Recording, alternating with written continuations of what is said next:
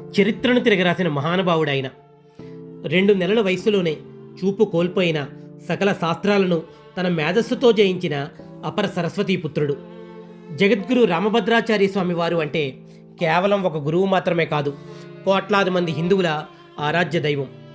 రాముడి ఉనికిని, అయోధ్య జన్మభూమి సాక్ష్యాలను కోర్టు గడపపై నిలబెట్టిన ధర్మరక్షకుడు.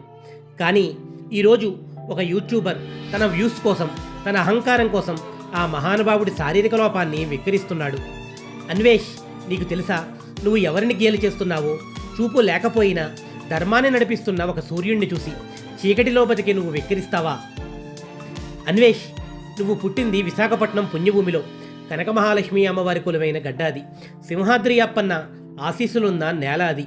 అడుగు తీసి అడుగు వేస్తే ఆధ్యాత్మికత పరిమళించే విశాఖలో పుట్టి ప్రపంచమంతా తిరుగుతున్నానని చెప్పుకుంటూ నీ మూలాలను, నీ సంస్కృతిని మర్చిపోయావా?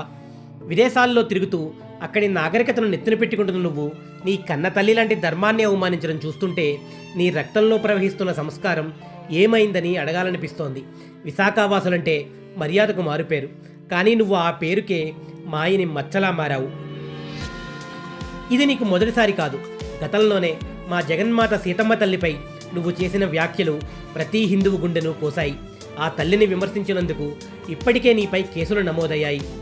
అయినా నీలో మార్పు రాలేదు. హిందువుల మనోభావాలతో ఆడుకోవడం నీకు ఒక హాబీలా మారిపోయింది. మమ్మల్ని బత్తాయిలు అని పిలుస్తూ వెక్కిరిస్తావా? అవును, మేము బత్తాయిలమే, ఎందుకంటే మాకు సహనం ఎక్కువ.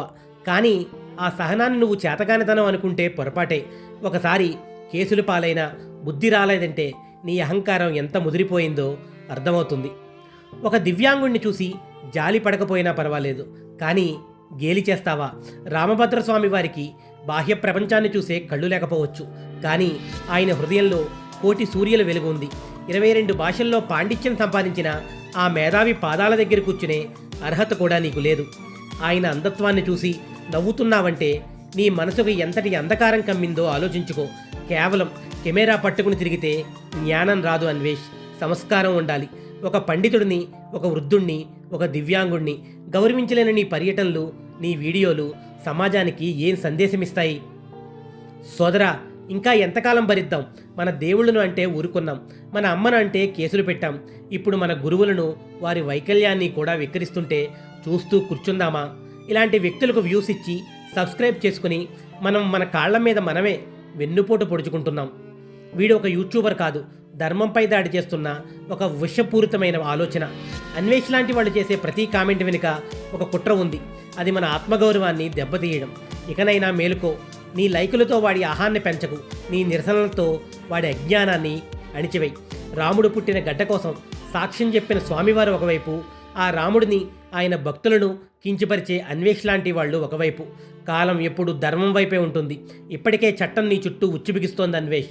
సీతమ్మ తల్లిని అన్నందుకు, స్వామివారిని అవమానించినందుకు ప్రతి హిందువు ఆగ్రహం నీకు శాపమై తగులుతుంది.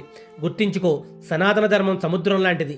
ఎన్ని చెత్త కాగితాలు పడినా అది అపవిత్రం కాదు, కానీ ఆ చెత్తను ఒడ్డుకు నెట్టడం ఆ సముద్రానికి తెలుసు. జై శ్రీరామ్, ధర్మో రక్షిత రక్షిత.